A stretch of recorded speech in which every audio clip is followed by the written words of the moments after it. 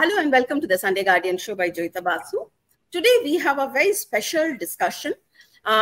People who have been watching this show know that, I traveled to Israel just a month back, in fact. And I was part of a group of journalists who had gone there at the behest of and on the invitation of, I would say, American Jewish Committee. And as it happened, we had a fantastic visit there. We talked to a lot of people. We learned a lot about what is happening in the current conflict against Hamas and all. And we were told that there is a possibility that the conflict might escalate inside the next, ahead of the US elections, or maybe even after that. The thing is, interestingly, we returned on the 26th of September. It was a Thursday. By Friday, 27th, Israel literally bumped off using bunker bombs and all, bumped off Nasrallah. Inside 24 hours, inside less than 24 hours of we returning to India, everything changed. And ever since in the last 1 month, things have really, frankly, at one level, things have gone out of control. The conflict has escalated. Iran has got involved. You must be knowing, if you remember, the 1st of October, Iran fired 180 missiles at Israel. Israel has been taking out the Hezbollah. So things have been really, really kind of escalating very fast. So we are here today, some of us who had gone to Israel, we are going to sit here and discuss how things have changed, how things were, and how things are going to be in the future. Now, let me introduce the panel we have here. Here we have Arjun Hardas, who is the India representative of AJC, which is American Jewish Committee. We have Sandeep Runitan, who is editor, News 9 plus author. We also have Savio Rodriguez, who is editor-in-chief and founder of Goa Chronicle, and who is also an author. So welcome all of you to my show. And shall we start with Arjun? Arjun, as the AJC's India representative, what is your take on the visit we had and what all we saw, and how things have happened and what do you think is happening in the future? If you can give me a brief summary of. Thank you, Joyeeta. So, as we have discussed earlier, I take a delegation almost every other year. I've taken 3 in 2016, 17, 18, 1 last year as well. So the difference between this delegation and the previous ones was a critical one, is that this was not, as I would call it, just as a colloquial word, a fun trip. There are no exotic restaurants, try the local cuisine, go visit the Arab street, go to Ramallah, have lunch in Ramallah, soak in the local flavor, etc. This was structured right from the beginning. As a matter of fact, as early as December last year, the planning had started as a solidarity visit. Now, India was Prime Minister Modi was one of the first. Foreign Minister Jaishankar were the first to condemn what happened on the 7th of October itself. And India has been a strong supporter, not just behind the scenes, but in front as well, of Israel, because India understands what Islamic terrorism is like. Exactly firsthand, we have the same experience which Israel is right now undergoing. And of course, there's no question of comparing about whose terrorism is worse than your terrorism. That's a very silly thing to do. But when Islamic terrorism is there, one sees that the facts, and you can recognize what is going on. Now, the thing in India is that we do not as yet have the open whereabouts of attacking the source of terrorism to the extent that we should and we can. That is one difference in the way the Israelis do it. So it's also a question of going and seeing personally with a group of people who know what is being talked about, know the background, have the domain knowledge. Because the idea of this trip was not to go and teach somebody about what is Israel and who are the Jewish people. So as a matter of fact, when I did the planning, there were a lot of meetings that I canceled because, for example, one of the meetings was Israel 101. What is Israel? Who are the Jews? I said, there is no need. Our group understands who these people are. We don't need this for this kind of a generic introduction. So that was the difference in this group. And they did ask when I was planning my office in Israel, discuss this, and they said, should we show them literally the raw uh, locations? I said, yes, that is the whole idea. There is to be no hidden agendas. There is going to be nothing that will be disguised as far as possible. Whatever is shown to the rest of the world, we will see the same. And it's going to be painful. I have no doubt about it. We understand these things personally. It's going to be nasty. It's going to be personal. It's going to be very painful. But it's something which is needed when you see the raw effects of what pure terrorism, whose objective is not political, as much as they may claim it to be. It is pure genocide of the Jewish people.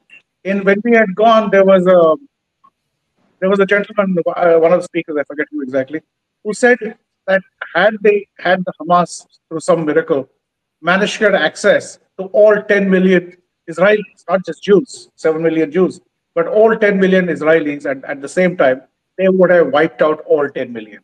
There's no two ways about it. There is a lack of understanding of the in the world. It's amazing, and of what the Jews have gone through is theoretical. And none of us are old enough to remember the pogroms of the Second World War, genocide of the pogroms of the Soviet Union and the Islamic pogroms, etc., that have happened. Because there was no live streaming, there was no YouTube, there was no TikTok, there was nothing at that time to record and to broadcast. We are the unfortunate generation which has now seen this firsthand. What a Jewish pogrom looks like, anti-Jewish pogrom looks like. And it's something which I spoke about and afterwards, and I was giving a debrief, etc., was that many of the victims were Holocaust survivors, the ones who had gone through the camps themselves, and they hoped they would live in peace in Israel. Obviously not. But the worst part about it is that some of these survivors were, actually almost all of them were in the late 80s, early 90s. They would have passed away soon.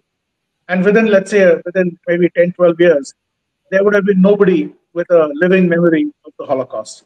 Unfortunately, because of what happened on October 7th, we now have a generation, maybe as young as 8 years old, 9 years old, who will carry their own trauma of their own attempted genocide for the next 70, 80, 90 years. Right. Yeah. Sandeep, since you have been, talking about this, discussing this, and if I, right from the day the attack happened on Israel, and if you can talk a little bit about the military aspect of it and what you have been predicting for a long time, in fact, right from the day of the attack, what have your predictions been?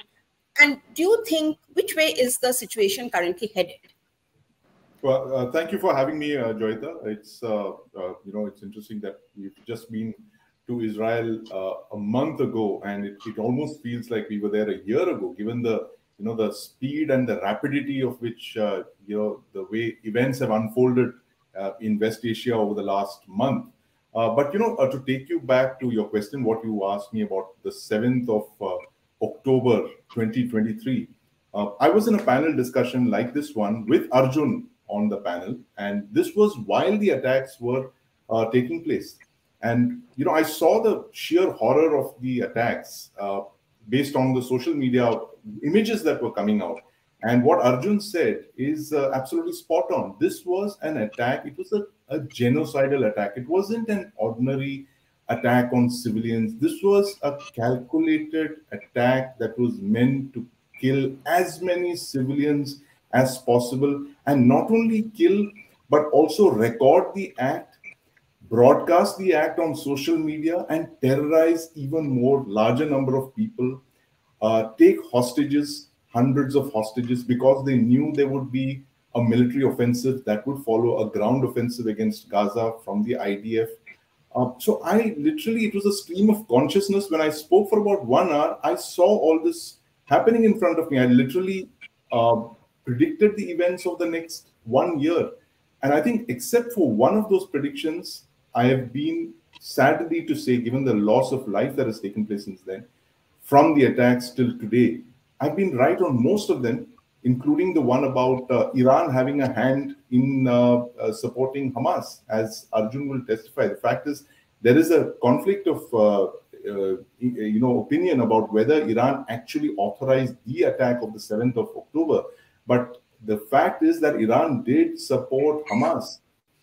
It is one of the it is the Palestinian wing of the IRGC Quds force, and I saw all of this play out, Joyeeta, and and based on this, I made these predictions. The fact that there would be a massive Israeli ground assault, because we know how much Israel values its civilians, its soldiers. They're willing to exchange 1,000 terrorists for just one soldier, as was done in the past. And if you're going to take 200 hostages, the entire might of the Israel military will come after you. And that's what Hamas also feared would happen. And if you see those visuals now of Yahya Sinwar and his family running into the tunnels before the attacks took place, they anticipated this kind of response, and which is why they took the hostages, human shields, to protect them from the military offensive and to hide behind the hostages and hold bargaining chips. And in fact, one of the last bargaining chips that Hamas is left with today, a year later, are the 101 Israeli hostages that they continue to hold prisoner in bunkers and buildings of a bombed out Gaza. So multiple such predictions were made that afternoon by me, Joyeeta, and of course Arjun was there as well. And I also spoke about the fact that this offensive would then shift to the north, because the war against Hezbollah is something that Israel has really prepared for the last 18 years, ever since the last conflict in 2006.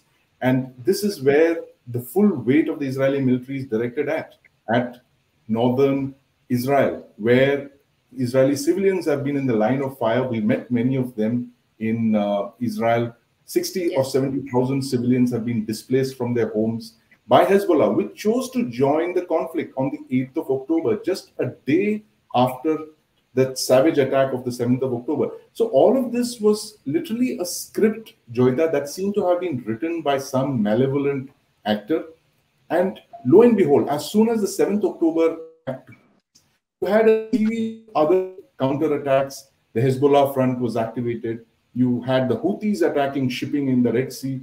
So it was like Israel was ringed by enemies over the last year or so.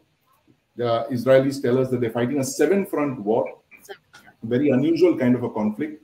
And now finally, Iran is the actor at the center of it all. It's almost like a movie, it's like a James Bond kind of movie where this arch villain sitting at the head of the table, Blofeld, is heading this octopus-like creature, Spectre, which has all these arms all around the protagonist. That's James Bond. You can call Israel as the James Bond here.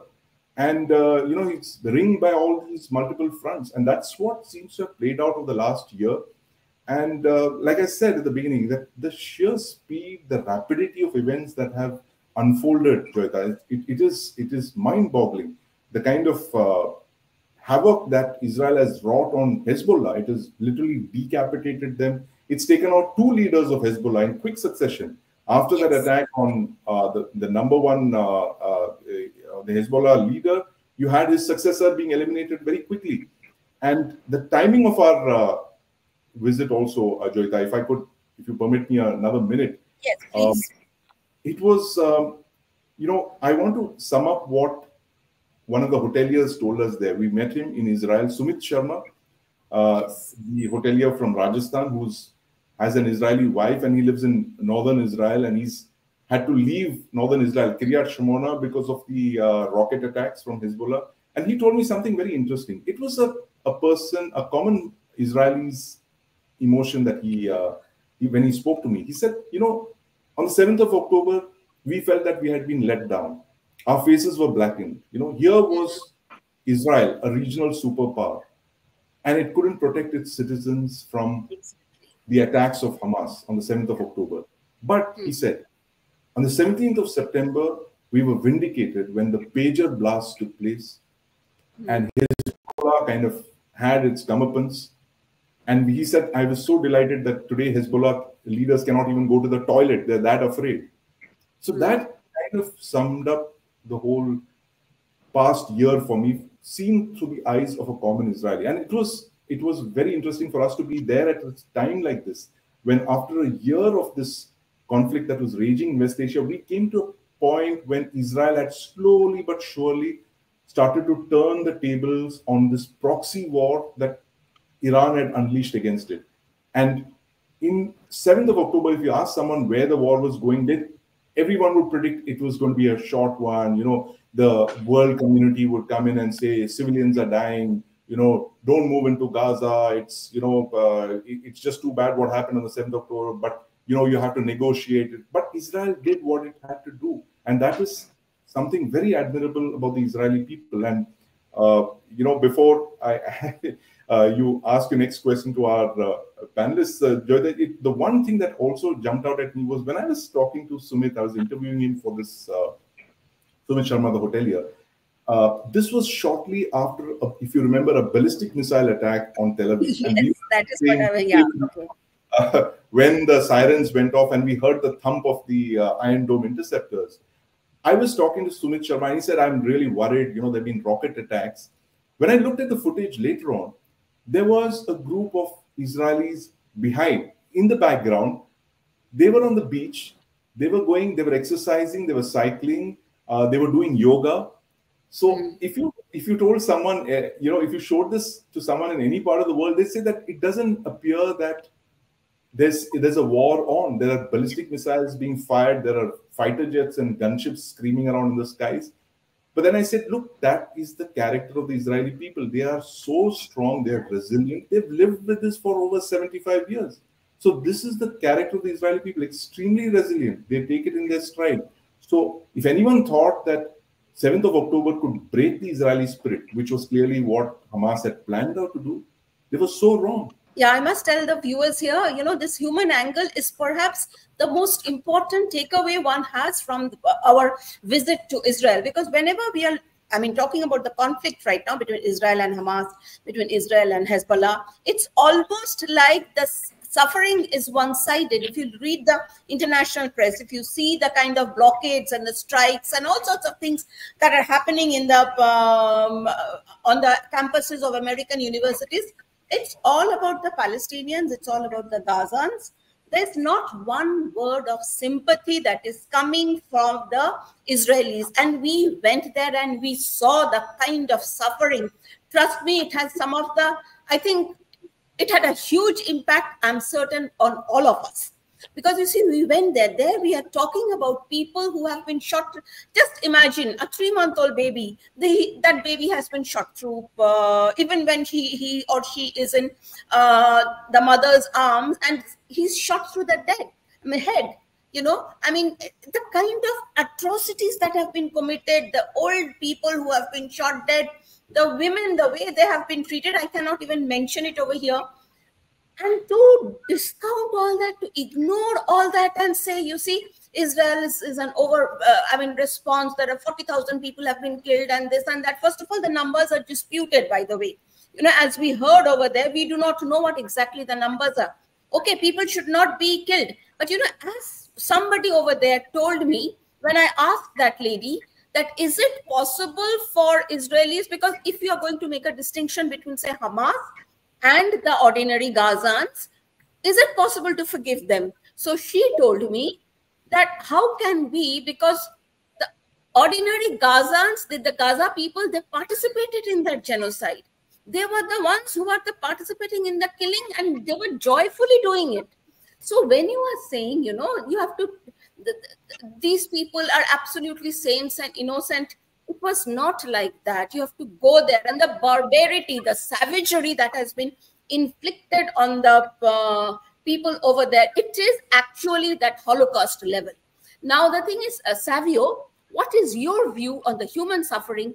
And say, for example, at the same time, as Sandeep talked about, there's a huge disillusionment even among the Israelis about the kind of intelligence failure that has happened. Why do you think that has happened? Joyeeta, thank you for having invited me on the show. To put a human yardstick to any conflict in the world, one must look at the definition of humanity or human.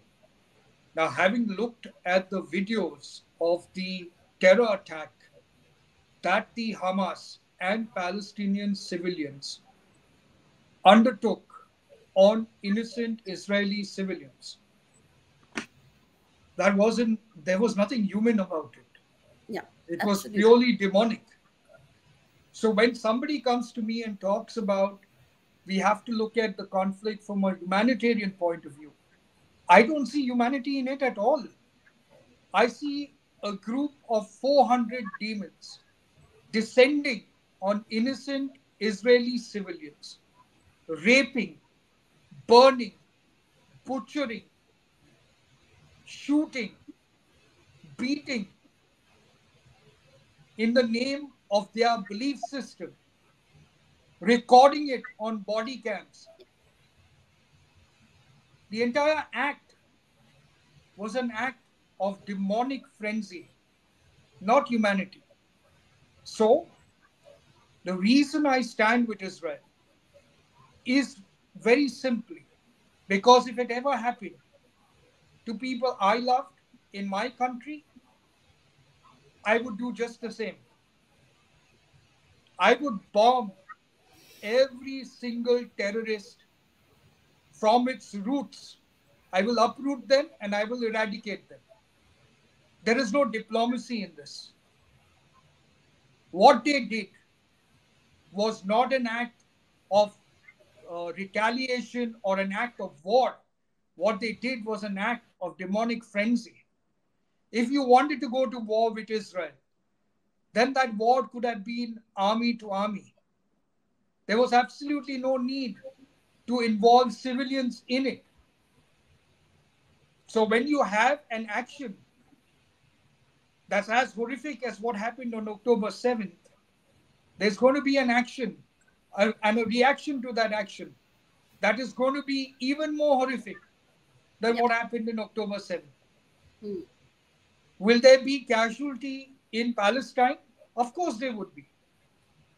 There will be casualty primarily because the cowards of Hamas and Hezbollah have always used women and children as shields to hide their cowardice. It is something we have seen in India as well. It is something that terrorists do all the time, especially the Islamic terrorists. So there is nothing about humanity. If at all there is humanitarian concern, it should be to the people of Israel. It should be towards the people of Palestine that they have allowed for terrorists to continue to persist and grow in those territories. October 6th was the day the US and Saudi Arabia arrived at a deal that Israel was going to agree upon, which was going to be the second Abraham Accords, and Palestine was going to become a state.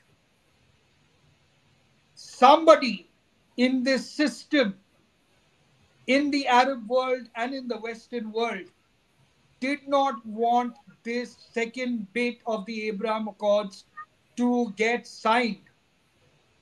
They did not want Palestine as a state, an independent state, because if Palestine became an independent state, with Saudi Arabia taking the onus of looking after Palestine, then terrorism in those territories would be over. The money going to terrorists in those territories would have stopped. And that is therein lies the real crust of the genesis of October 7th. The problem is this: the people of Palestine, not the terrorists, the genuine people of Palestine, the people of Israel, the people in the Arab world, all of them want to have a sense of peace and prosperity in the Arab world. Unfortunately, there are certain powers that do not want that to happen. People think the fight is between Islam and the Jews. It's not. The actual fight is between Islam and Islam. Yeah. The problem in Middle East is not a fight between Islam and Jews or Islam and Christians. It is Islam versus Islam. the Shias versus the Sunnis. And that is where the problem is. Now we are talking about Iran. Iran's problem was exactly that. They did not want Saudi Arabia to sign this deal, which would be the second phase of the Abraham Accords with the US and Israel, because Saudi Arabia would take control of the conflict in Palestine and move it towards socio-economic progress. The other people backing Iran is Turkey. The second one backing Iran is Qatar. And that is where the problem starts. Like I'm saying, it is not the Islamists against the Jews. It is Islam against Islam, which is a larger game that is happening in the Middle East. The Shia, which is predominantly ruled by the Ayatollah from Iran, is the face of the conflict. But there are two left and right supporters of Iran, of the terror groups over there, which is Turkey with Erdogan and Qatar. Because Qatar has a conflict with Saudi Arabia, United Arab Emirates for the last several years. They do not want to see them grow. They do not want peace in the Middle East. Peace in the Middle East means the end of business, especially with some people in the deep state.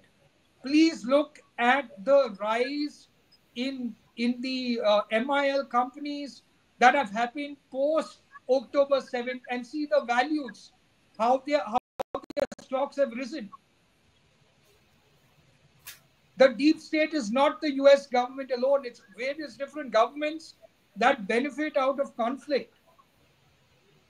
And they needed a conflict in Middle East because after the dilution of the Russia-Ukraine conflict, which was not finding any steam, they needed another conflict. And that conflict brought itself in Israel and Palestine. Therefore, humanity, you can forget. In what happened to the people of Israel on October 7th, if anybody wants to talk about humanity, they must answer one question, which is what I'm going to ask people all the time. They gang raped a woman. They nailed her by her vagina to the ground. And then they burnt her. Is that an act of a human?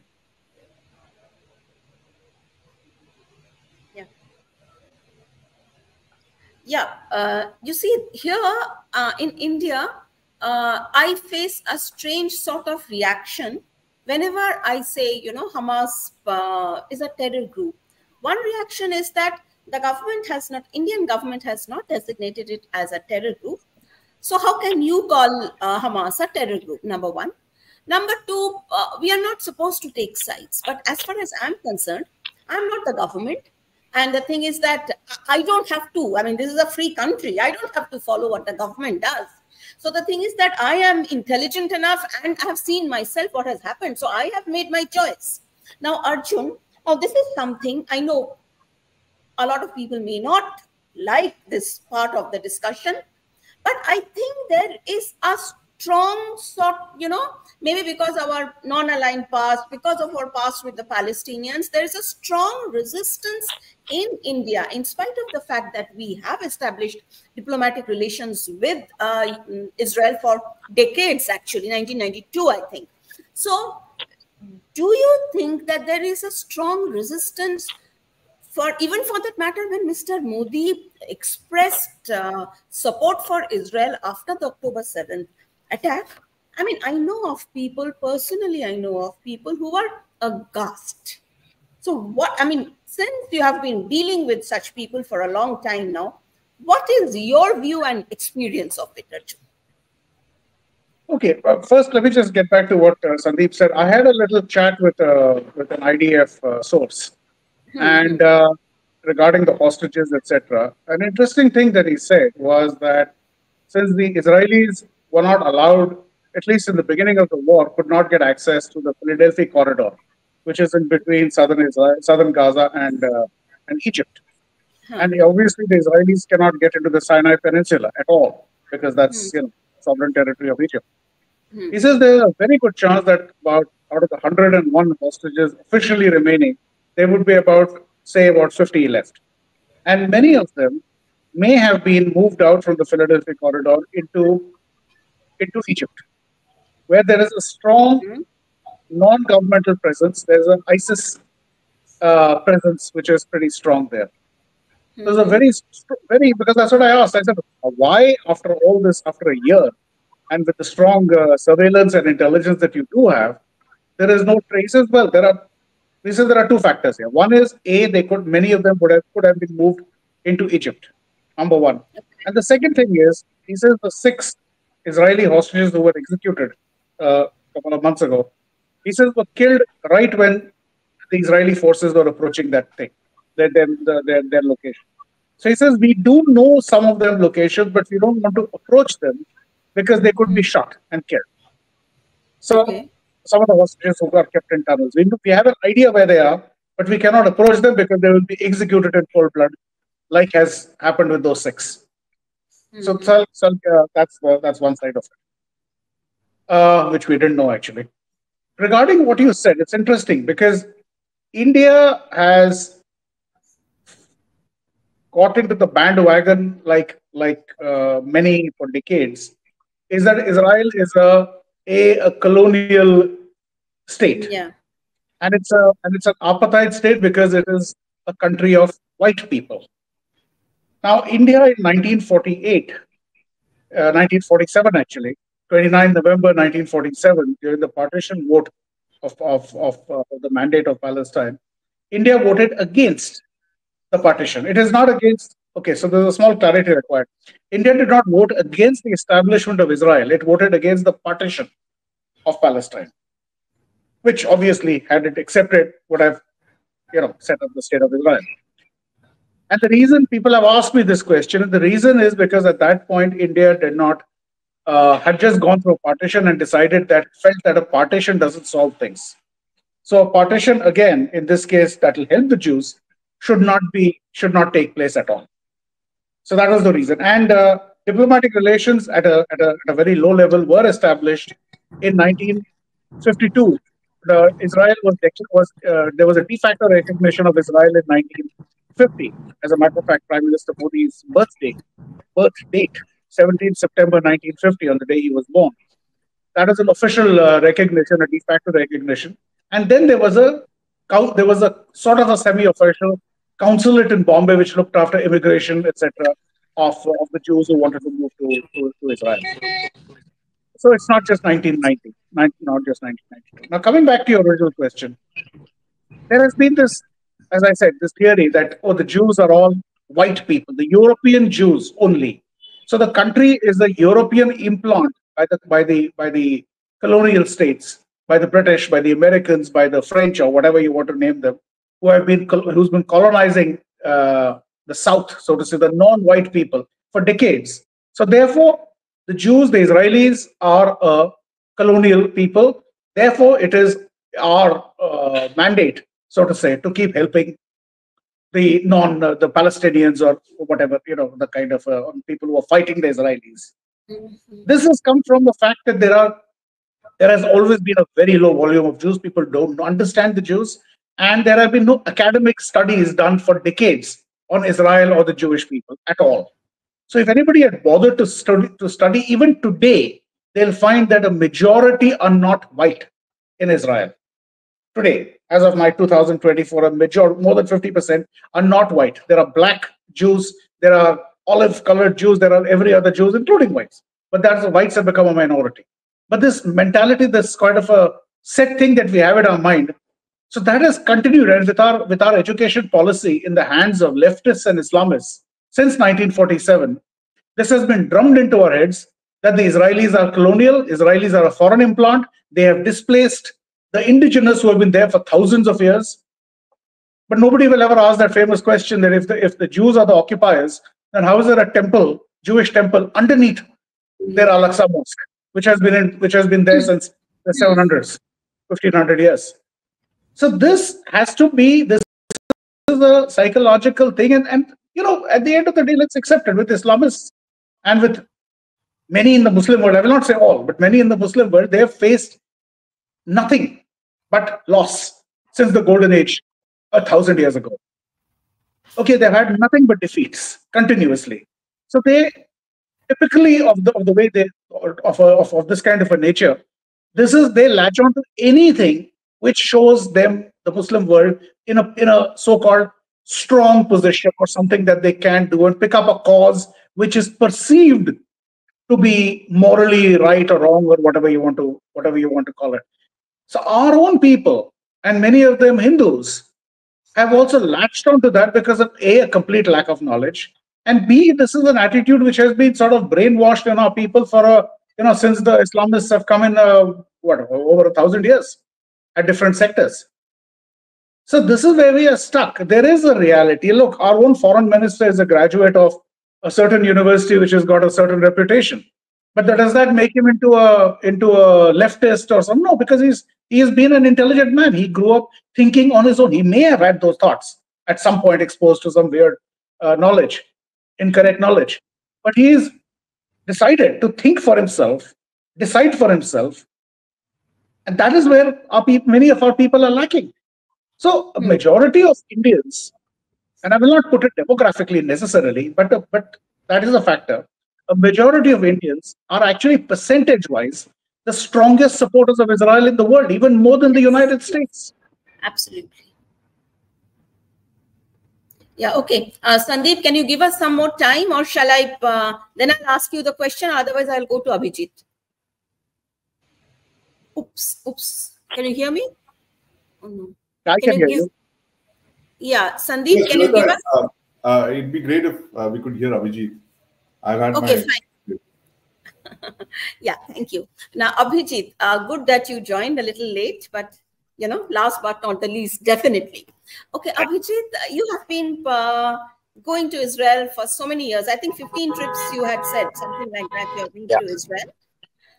And you have been following Iran very closely. Which way do you think, what exactly is happening, I would say, in terms of the next phase of the conflict? And what do you think Iran is actually planning? And if, in fact, I've asked this question to you earlier as well, unless and until the head of the octopus, which is the Iranian octopus with 7-8 limbs, is cut off, there is no peace in the Middle East. Can that head be cut off? Is it possible? What exactly is the future in that front? So, what happens is everybody thinks that the head of the octopus can't be cut off till it actually is. Nobody thought the Soviet Union would collapse till it actually collapsed. Of course, there were lots of, outlier conspiracy theories on the USSR will collapse. There are professional people on Twitter who keep putting dates for when Queen Elizabeth would die. Then one of those tweets came true and they said, wow, prediction, right? But these things, everything is possible. Number one. Number two, what has been keeping Israel from cutting off the head of the octopus? The first is geography, the great distance. The second has been the sort of negotiations that would be involved on all the countries along the path. And the third has been America, which is, the status quo is the way they like it, so they don't want to upset the apple cart kind of thing. Now, ever since the Abraham Accords, the second problem has largely been negated. There is now a Jewish-Sunni Arab alliance in place, in being, if not overt. Some of it, at least with the UAE, is quite overt. The first part, which is geography, is still a problem, but modern technology overcomes it to some extent. The third problem, which is America, is problematic because it's a Democrat administration right now. Had it been Trump, it would have been a lot more open to an Israeli retaliation. This is part one. Part two is what exactly will Iran do? Well, one thing that we know is the Iranians are panicking and they're scared. They made Hezbollah issue a statement because they're now scared the Israelis are going to attack their leadership. Khamenei, Pezeshkian, most members of the Guardian General, Council and the Council of Experts and things like that, the IRGC top people, because they set the precedent. When they attacked Bibi Netanyahu's house in Caesarea the other day, or Caesarea Benjamin, I don't know which particular locality, different reports. They set the precedent, the legal precedent for leadership targeting, right? So they now get Hezbollah to issue a statement saying, oh, you know, the Iranians didn't tell us to do this. We did this of our own accord. First sign of panic. Second sign is they've been threatening literally everybody else under the sun that if Israel attacks us, we will blow up Saudi oil and gas, we will blow up Bahraini oil and gas, we'll blow up Omani, Emirati, everything. Yeah. Now, why would you do that? If you're under attack, why would you do something like that and just keep expanding the war? Yesterday's statement that came out of the Israeli Security Cabinet meeting has made it quite clear that this Iran-Israel war is going to last a few months. Israel has accepted there is going to be some form of an Iranian retaliation.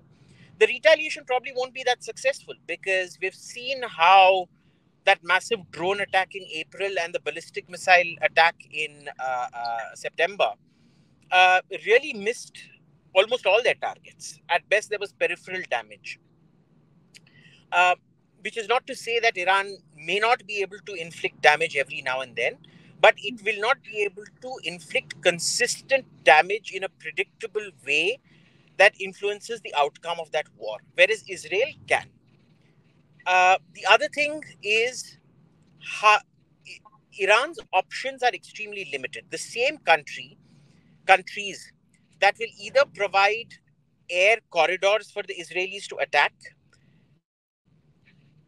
or involuntarily do it because they don't have an active air defense like, say, Syria or Iraq,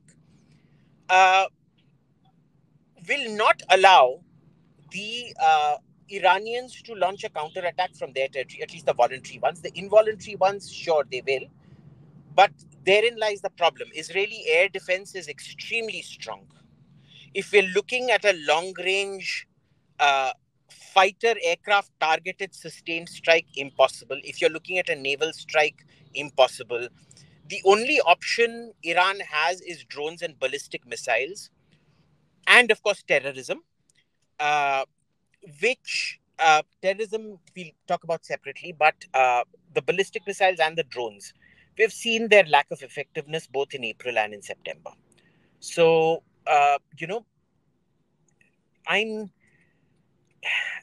which won't prevent them, of course, from going on launching salvos. But remember, all these weapons are expensive. There is a limit to how much you can produce, and there is a limit to how many you can fire.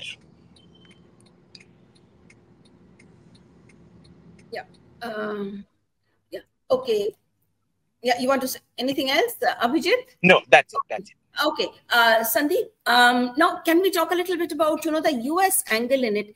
I mean, there are strange things we are reading in terms of the intelligence becoming public, about the way Israel's report on this. So what sort of a role do you think the US is playing in this? What exactly is going on?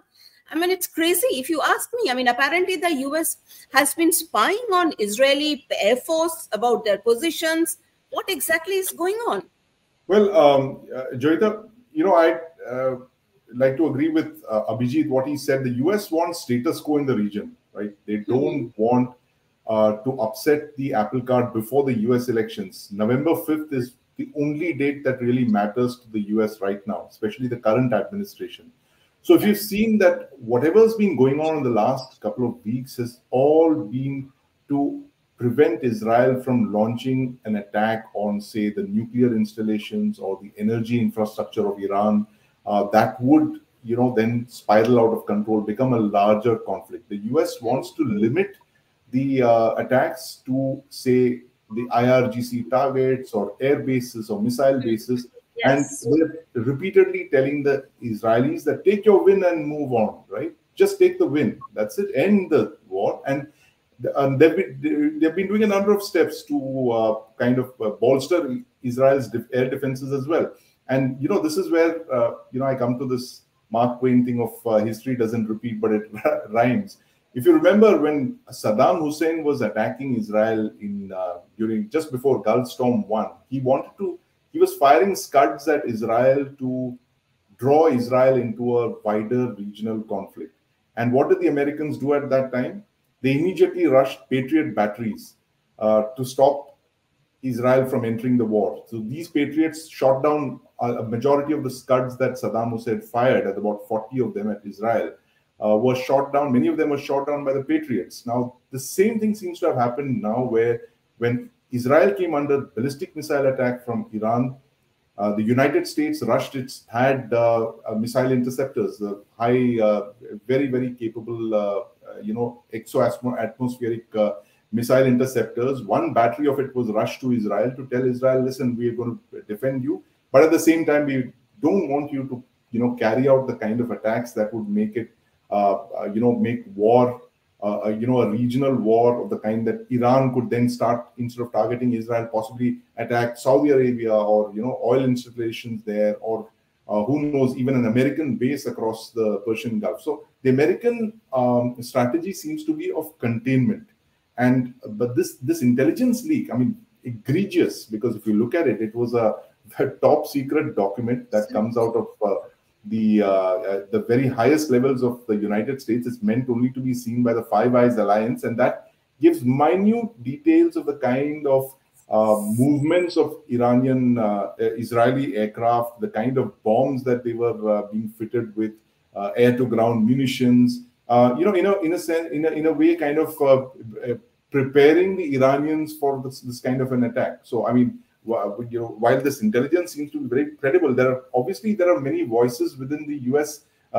State Department as well, or the U.S. intelligence community, which also wants to warn Iran. So the Americans are very interesting. They play multiple games all at the same time. As Jaishankar said, I can walk and I can chew gum as well. So it's the American way seems to be, I can walk, I can chew gum, I can eat a burger, I can fry some fries. So all of this seems to be playing out at the same time. The goal, of course, Joyeeta, is to ensure that there is no wider conflict. It is to contain the conflict, to get Israel to either take the win or to make sure that the retaliation for the 1st October Iranian ballistic missile attack is something that is manageable, that the Iranians will not feel so hurt that they try and escalate the conflict beyond that. And of course, there are wider ramifications as well, given the fact that Russia and China have also kind of entered the fray on the side of Iran, because this is time for the Iranian leadership to start dialing up favors for all the Shahed drones and the ballistic missiles that they've been supplying Russia as well. So this is a long game,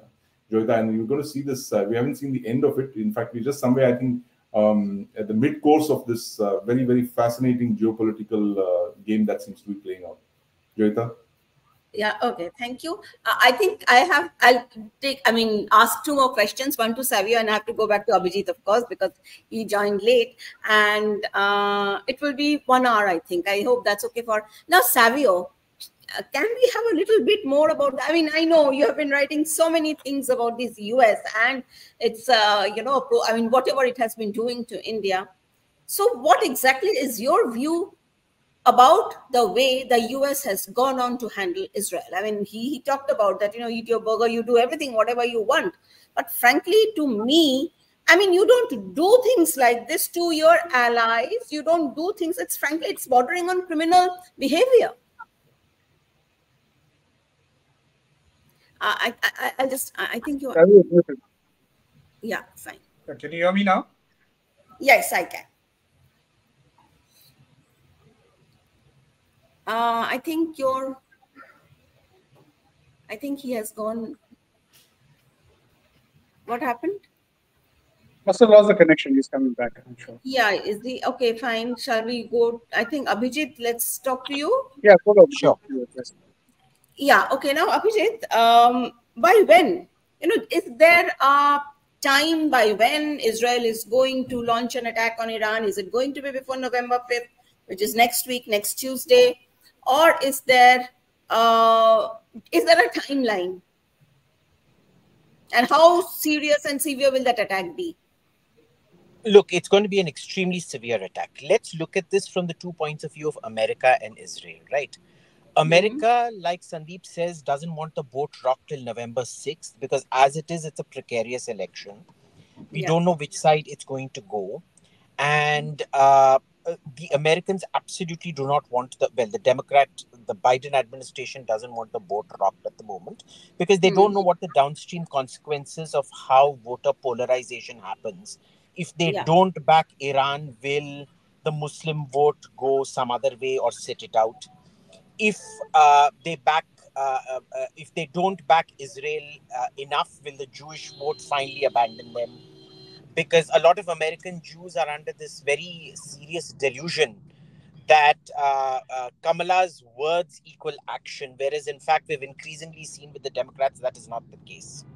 Mm-hmm. Uh, on the Israeli side, they will also not possibly want to rock the boat too much before November the 6th.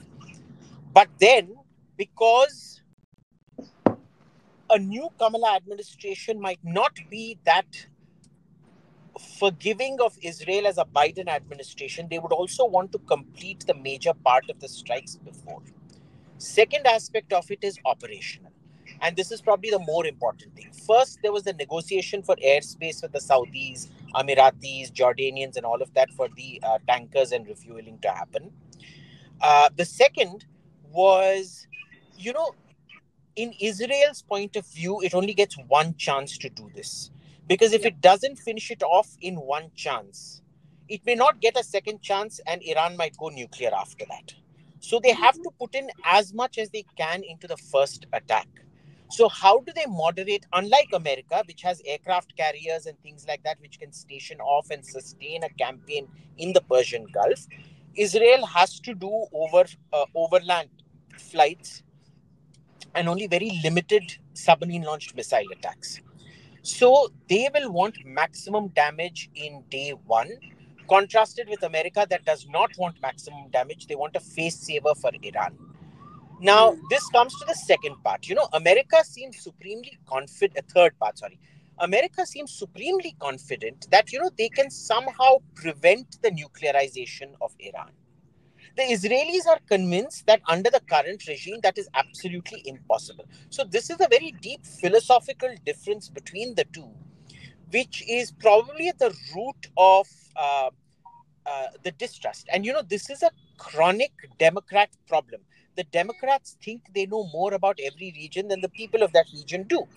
If you read some of the interviews that came out of America when Bibi became prime minister again, it was about how, in the first meeting with Obama, he came and told Obama what his view of the situation was. And the Americans got very offended because they're like, you're the prime minister of a little country. How dare you tell us, the president of America, what what the lay of the situation is? America always knows best. Imagine a local guy living there should not tell them what they think of the place. And the local guy should listen to what the Americans think of the place. And this is a chronic problem. This is the reason Trump, who is put down as semi-literate or foolish or whatever, was able to get the Abraham Accords done, which the past 10-15 presidents of the US had not been able to achieve peace at that scale. So, Yes. it's this arrogance of too much learning. Empty vessels make the loudest noise, as they say. This was a classic case of, the Democrats being highly educated, but or pseudo educated, and thinking they have all the solutions when they have none. Yeah. Yeah, okay. Savio, can we just go back to that question a little bit? And also, if you can, this is the last question. Don't worry. I know everybody has to be in office. The thing, I mean, work basically. Savio, also in terms of the Israeli domestic situation, the political situation in Israel, Benjamin Netanyahu, for how long can this go on, and for how long can he basically stretch before Israeli public opinion turns against him once again? Because I'm told that there has been his ratings have kind of gone up post that Hezbollah thing, and definitely Yahya Sinwar. So which way do you think things are headed? So the most important thing to understand from the people of Israel is that they've lived for many years in a safe and secure environment, and the belief that they have been safe and secure for a very long time. So what happened on October 7th is that belief system crumbled. And when that belief system crumbled, the belief in the authorities that brought about this system also crumbled. And that is why it is important for Israel to regain that faith of the people that the people had in the government, in the IDF, in the intelligence circuit, and everyone controlled with ensuring Israel is safe and secure. The Hezbollah attack on September 17th was one of the reasons why the people of Israel started to gain confidence back again, because it was taking a very long time to deal with Hamas and Hezbollah.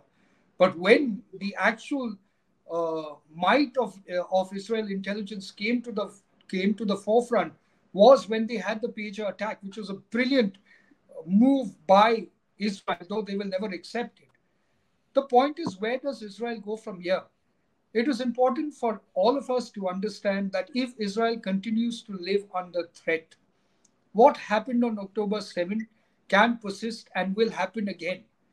Therefore, it is essential to deal with these threats in a manner of eradicating and eliminating Islamic terrorism. Israel is not fighting Palestine, Israel is not fighting Lebanon, and Israel is not fighting Iran. What they are fighting are the Islamic radicals that perpetuate terrorism in those regions. And that is why you have to deal with them. So one of the ways I think the world needs to come together to understand is that countries like Lebanon, countries like Iran, that were not predominantly driven by Islamic radicalism before, were liberal and socially economic countries that were doing well for themselves before Islamic radicalism came and took them to the ground. So it's essential for the world to see the real evil for what it is. And the real evil in the world today, in any part of the world, is Islamic radicalism. Islamic radicalism gives birth and breeds Islamic terrorism. And if you don't deal with Islamic terrorism, which is what Israel is doing, the rest of the world is going to see an onslaught of Islamic terrorism, and we've seen it in our country as well. Yes. So the point is, can the world have the courage to avoid the diplomatic jargons and pontification and see the devil for what it really is? Israel is fighting Islamic terrorism. That is the war. And that is the war we must all support.